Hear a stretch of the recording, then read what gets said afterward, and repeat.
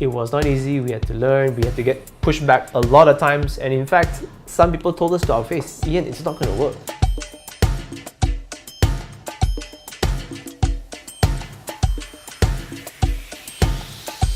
My first memo to the management to pivot Rage was in September 2014. We only got started in October 2015. Right. So that was minimum 1 year of prep time. Right. And even before I submitted the proposal in the first place, of course, there was months, almost a year of prep, of ideation and coming up with budgets, ROI, like calculations and business plans, which was completely new to me because I'm an editor. Right. So I existed like what you were saying, like in this big system. I was just one tiny part of it. I clear copy, I submit it to my senior editor, and it comes out in print. Yeah. So that was my role. But I didn't think that it was achieving its purpose, that there wasn't enough of a purpose to begin with.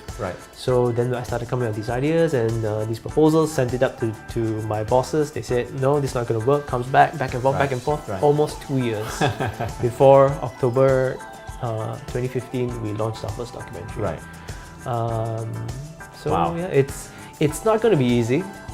I don't want to make this into the typical struggling startup story, which can be overrated because it's not for everyone, right? Absolutely. But that's how it started for us. It was not easy. We had to learn. We had to get pushed back a lot of times. And in fact, some people told us to our face, Ian, it's not going to work. So it doesn't need a business owner or an entrepreneur to set vision, to set purpose, to set meaning. Ian did it within the context of a larger organization with all its rules and all its red tape. So the takeaway for all you managers watching is that you don't really need to be in charge of everything. But what he did point out was it took 2 years of pushing and learning new skills.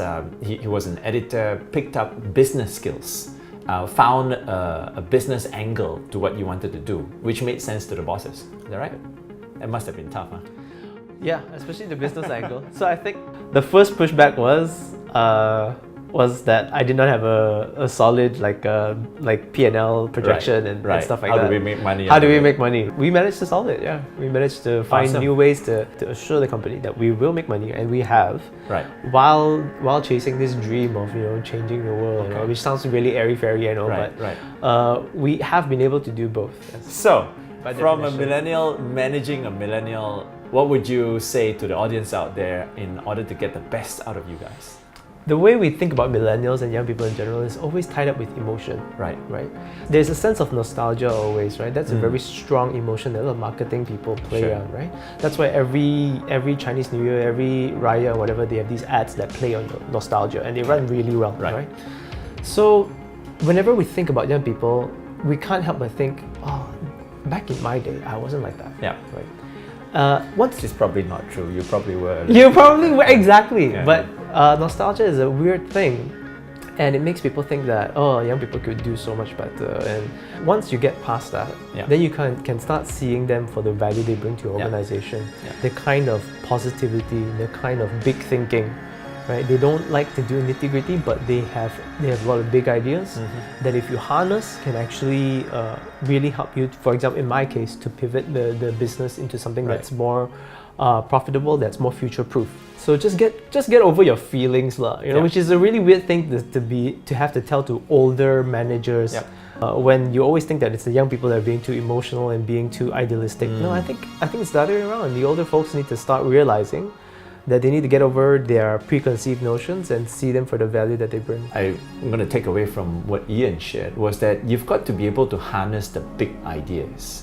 And yes, probably when we started off, we were happy to do the nitty-gritty and keep our heads down and so on and so forth. But I don't think that's relevant today, and we shouldn't expect it to be. But if you do manage to harness the power of the big thinking, I think you will find that they're more than willing to do the nitty-gritty stuff. So there you have it, ladies and gentlemen. That's brilliant insight from a millennial into how to manage millennials. I hope you've taken away some good stuff out of it, and I hope that you're going to have a good day ahead.